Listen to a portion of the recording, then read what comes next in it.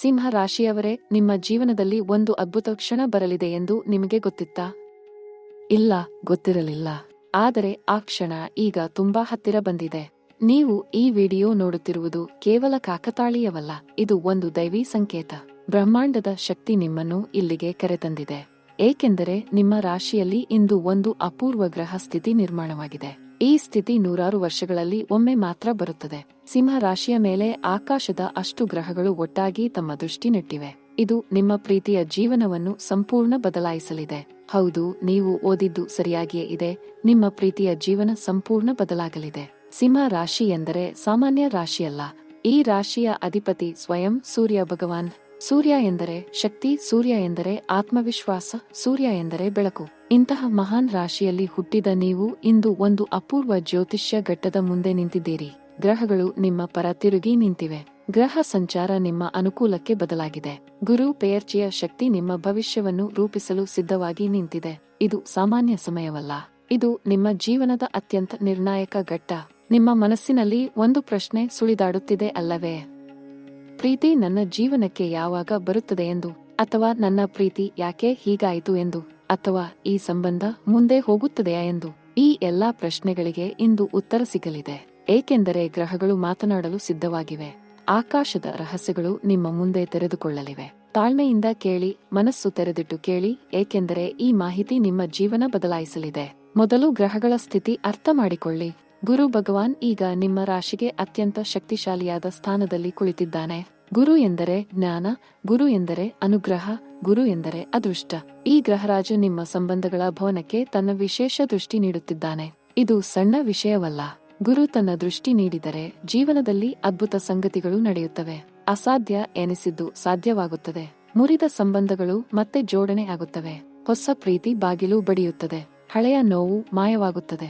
ಇದೆಲ್ಲ ಗುರು ಭಗವಾನ್ನ ಕೃಪೆ. ಶನಿ ಗ್ರಹ ಸಹ ನಿಮ್ಮ ರಾಶಿಗೆ ತನ್ನ ಚಲನೆ ಬದಲಾಯಿಸಿದ್ದಾನೆ. ಶನಿ ಎಂದರೆ ಕರ್ಮ ಫಲ. ಶನಿ ಎಂದರೆ ನ್ಯಾಯ. ಶನಿ ಎಂದರೆ ನೀವು ಮಾಡಿದ ಒಳ್ಳೆಯ ಕರ್ಮಗಳ ಫಲ ನಿಮಗೆ ಮರಳಿಸುವ ಶಕ್ತಿ. ನೀವು ಇಷ್ಟು ದಿನ ಕಷ್ಟಪಟ್ಟಿದ್ದೀರಿ, ತಾಳ್ಮೆ ತೋರಿದ್ದೀರಿ, ನಿಮ್ಮ ನೋವನ್ನು ಒಳಗೆ ಇಟ್ಟು ಮುಂದೆ ನಡೆದಿದ್ದೀರಿ. ಶನಿ ಭಗವಾನ್ ಇದನ್ನೆಲ್ಲ ನೋಡಿದ್ದಾರೆ. ಈಗ ಅವರು ನಿಮಗೆ ನ್ಯಾಯ ಒದಗಿಸಲು ಬರುತ್ತಿದ್ದಾರೆ. ನಿಮ್ಮ ಕಣ್ಣೀರು ವ್ಯರ್ಥವಾಗಲ್ಲ. ನಿಮ್ಮ ಪ್ರಾರ್ಥನೆ ವ್ಯರ್ಥವಾಗಲ್ಲ. ಗ್ರಹಗಳು ಕೇಳಿಸಿಕೊಂಡಿವೆ. ಈಗ ಉತ್ತರ ಬರುತ್ತಿದೆ.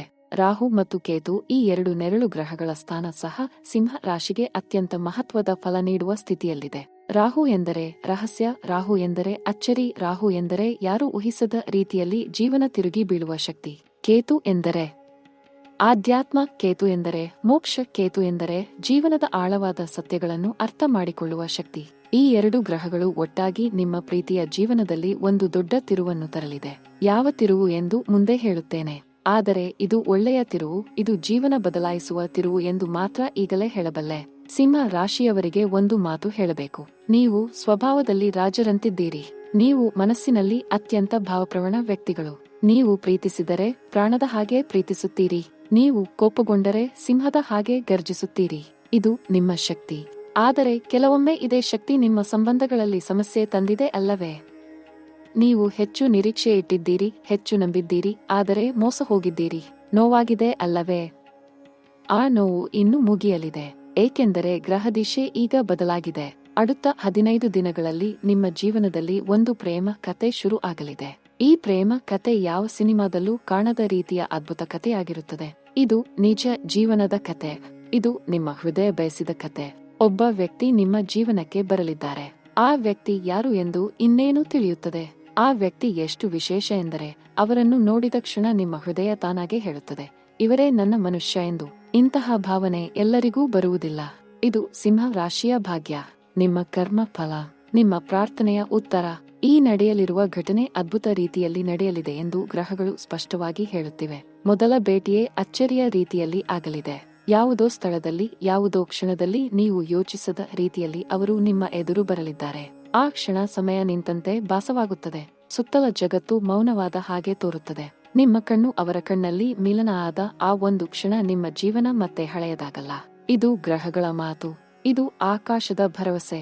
ಆದರೆ ಇಲ್ಲಿ ಒಂದು ಮುಖ್ಯ ವಿಷಯ ಅರ್ಥ ಮಾಡಿಕೊಳ್ಳಬೇಕು. ಪ್ರೀತಿ ಎಂದರೆ ಕೇವಲ ಭಾವನೆ ಮಾತ್ರವಲ್ಲ, ಪ್ರೀತಿ ಎಂದರೆ ಜವಾಬ್ದಾರಿ. ಗ್ರಹಗಳು ನಿಮ್ಮ ಮುಂದೆ ಅವಕಾಶ ತೆರೆದಿಡಲಿವೆ. ಆ ಅವಕಾಶವನ್ನು ಸರಿಯಾದ ರೀತಿಯಲ್ಲಿ ಬಳಸಿಕೊಳ್ಳುವ ಜಾಣ್ಮೆ ನಿಮಗಿರಬೇಕು. ಅಹಂಕಾರ ಬಿಡಿ, ಸ್ವಾಭಿಮಾನ ಉಳಿಸಿಕೊಳ್ಳಿ. ಸಿಂಹ ರಾಶಿಯ ಸಮಸ್ಯೆ ಏನೆಂದರೆ ಕೆಲವೊಮ್ಮೆ ಅಹಂಕಾರ ಮತ್ತು ಸ್ವಾಭಿಮಾನ ಎರಡನ್ನೂ ಒಂದೇ ಎಂದು ತಪ್ಪಾಗಿ ಭಾವಿಸುತ್ತಾರೆ. ಆ ತಪ್ಪನ್ನು ಈ ಬಾರಿ ಮಾಡಬೇಡಿ. ಹೃದಯ ತೆರೆದಿಡಿ, ಪ್ರೀತಿಯನ್ನು ಒಳಕ್ಕೆ ಬಿಡಿ. அடுத்த 7 ದಿನಗಳಲ್ಲಿ ಮೊದಲ ಮಹತ್ವದ ಘಟ್ಟ ಶುರು ಆಗಲಿದೆ. ಈ ಮೊದಲ ಘಟ್ಟ ಏನೆಂದರೆ ನಿಮ್ಮ ಮನಸ್ಸಿನ ಒಂದು ಹಳೆಯ ಭಾರ ಇಳಿಯಲಿದೆ. ಅದು ಯಾವ ಭಾರ ಎಂದು ನಿಮಗೆ ಗೊತ್ತಿದೆ. ಅದು ಹಳೆಯ ನಿರಾಸೆ, ಹಳೆಯ ಸಂಬಂಧದ ನೋವು, ಅಥವಾ ಪ್ರೀತಿ ಬರುವುದಿಲ್ಲ ಎಂಬ ಭಯ.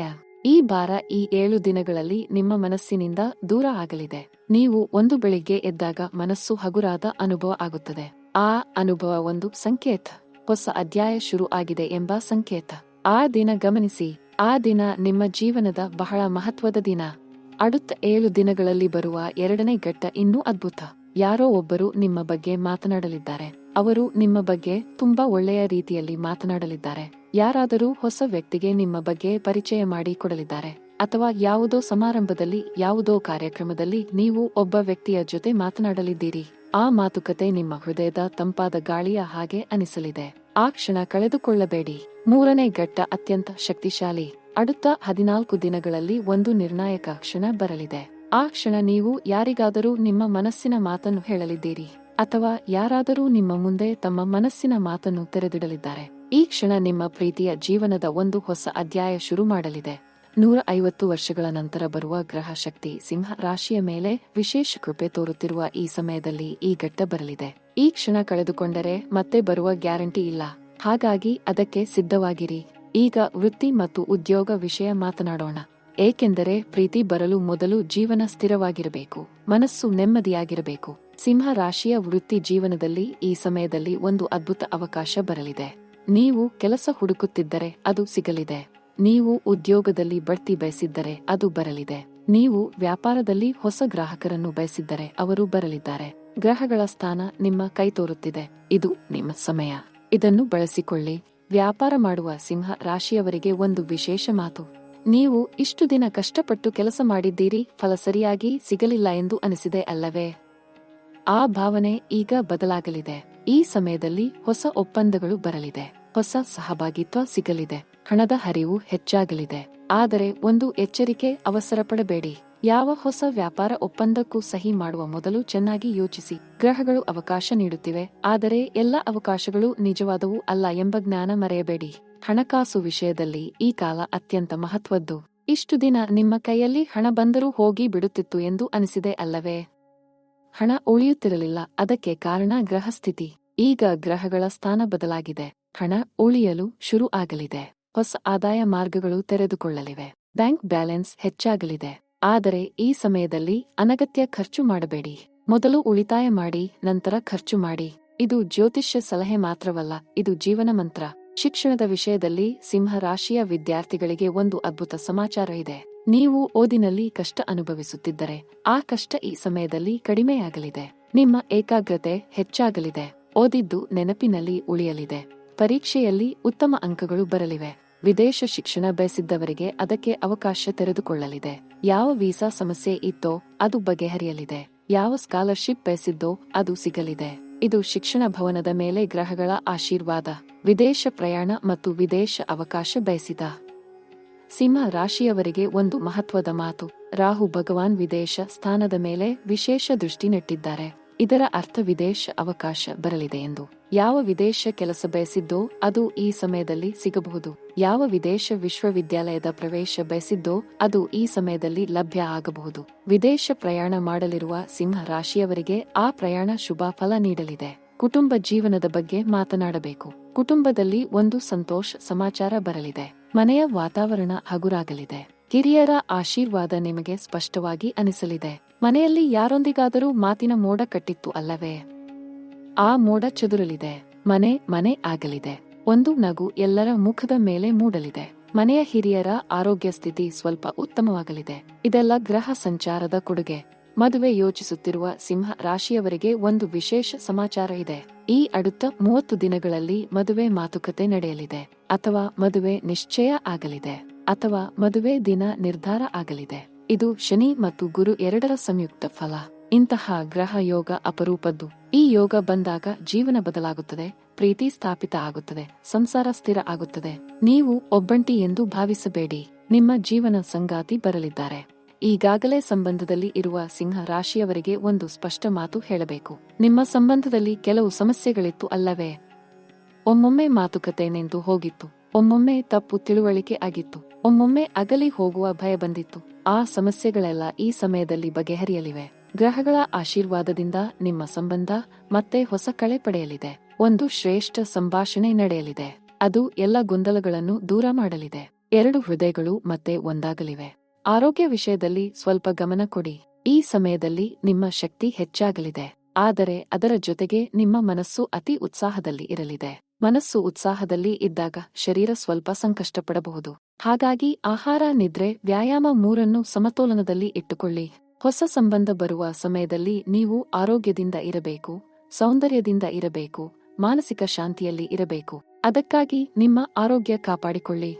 ಆಧ್ಯಾತ್ಮ ಮಾರ್ಗದಲ್ಲಿ ಸಿಂಹರಾಶಿಯವರಿಗೆ ಒಂದು ಅಪೂರ್ವ ಅನುಭವ ಈ ಸಮಯದಲ್ಲಿ ಬರಲಿದೆ. ಪ್ರಾರ್ಥನೆ ಮಾಡಿದಾಗ ಒಂದು ವಿಶೇಷ ಭಾವ ಬರಲಿದೆ. ದೇವಸ್ಥಾನಕ್ಕೆ ಹೋದಾಗ ಒಂದು ಅಪೂರ್ವ ಶಾಂತಿ ಅನಿಸಲಿದೆ. ಧ್ಯಾನ ಮಾಡಿದಾಗ ಒಂದು ಅದ್ಭುತ ದರ್ಶನ ಆಗಬಹುದು. ಇದೆಲ್ಲ ಕೇತು ಭಗವಾನ್ ನಿಮ್ಮ ಆಧ್ಯಾತ್ಮ ಭವನದ ಮೇಲೆ ದೃಷ್ಟಿ ನೆಟ್ಟಿರುವ ಕಾರಣ.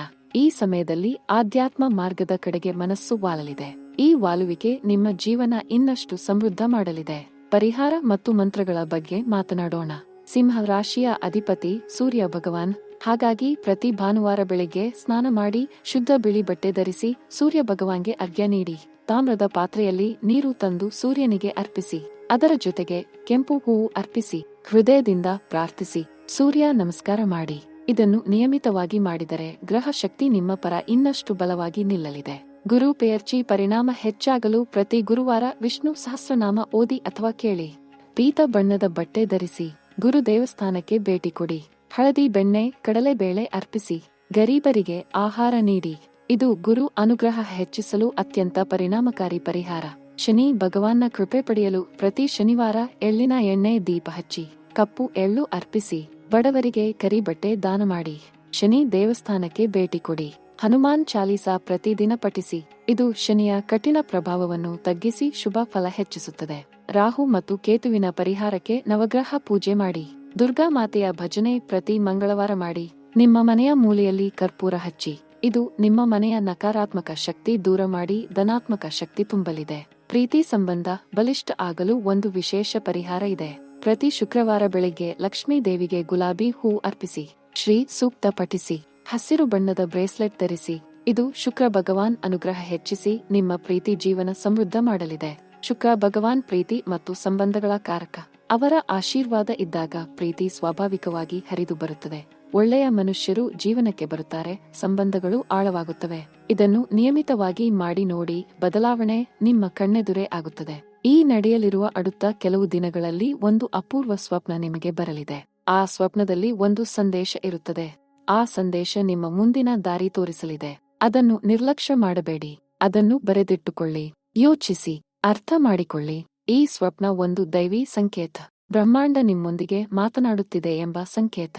ಅದನ್ನು ಗಮನಿಸಿ, ಅದಕ್ಕೆ ಪ್ರತಿಸ್ಪಂದಿಸಿ. ಒಂದು ರಹಸ್ಯ ಮಾತು ಹೇಳಬೇಕು. ಸಿಂಹ ರಾಶಿಯವರ ಜೀವನದಲ್ಲಿ ಪ್ರೀತಿ ಯಾವಾಗ ಬರುತ್ತದೆ ಎಂದು ಗೊತ್ತಾ? ಅದು ನೀವು ಅದನ್ನು ಹುಡುಕುವುದನ್ನು ನಿಲ್ಲಿಸಿದಾಗ. ಅದು ನೀವು ಜೀವನವನ್ನು ಸ್ವೀಕರಿಸಿದಾಗ. ಅದು ನೀವು ನಿಮ್ಮನ್ನೇ ಪ್ರೀತಿಸಲು ಶುರು ಮಾಡಿದಾಗ. ಗ್ರಹ ಯೋಗ ಎಷ್ಟೇ ಒಳ್ಳೆಯದಿದ್ದರೂ ನೀವು ಮನಸ್ಸು ತೆರೆಯದಿದ್ದರೆ ಏನೂ ಆಗುವುದಿಲ್ಲ. ಬ್ರಹ್ಮಾಂಡ ಬಾಗಿಲು ತೆರೆಯುತ್ತದೆ, ಆದರೆ ಒಳಗೆ ಹೋಗುವ ಧೈರ್ಯ ನಿಮ್ಮದಾಗಿರಬೇಕು. ಆ ಧೈರ್ಯ ತೋರಿ. ಈ ಅವಕಾಶ ತಪ್ಪಿಸಿಕೊಳ್ಳಬೇಡಿ. ನಿಮ್ಮ ಜೀವನದಲ್ಲಿ ಒಂದು ಅಪೂರ್ವ ಪ್ರೇಮ ಸಂಗಮ ಆಗಲಿರುವ ಈ ಸಮಯದಲ್ಲಿ ಒಂದು ಮಾತು ನೆನಪಿಡಿ. ಪ್ರೀತಿ ಹೇಗಿರಬೇಕು ಎಂದರೆ ಅದು ನಿಮ್ಮನ್ನು ಇನ್ನಷ್ಟು ಬೆಳೆಯಲು ಮಾಡಬೇಕು. ಅದು ನಿಮ್ಮನ್ನು ಸಂತೋಷಪಡಿಸಬೇಕು. ಅದು ನಿಮ್ಮನ್ನು ಭಯ ಮಾಡಿಸಬಾರದು. ಅದು ನಿಮ್ಮ ಕನಸುಗಳ ಜೊತೆಗೆ ಬೆಳೆಯಬೇಕು. ಇಂತಹ ಪ್ರೀತಿ ನಿಮ್ಮ ಜೀವನಕ್ಕೆ ಬರಲಿದೆ ಎಂದು ಗ್ರಹಗಳು ಭರವಸೆ ನೀಡುತ್ತಿವೆ. ನಂಬಿ, ವಿಶ್ವಾಸ ಇಡಿ.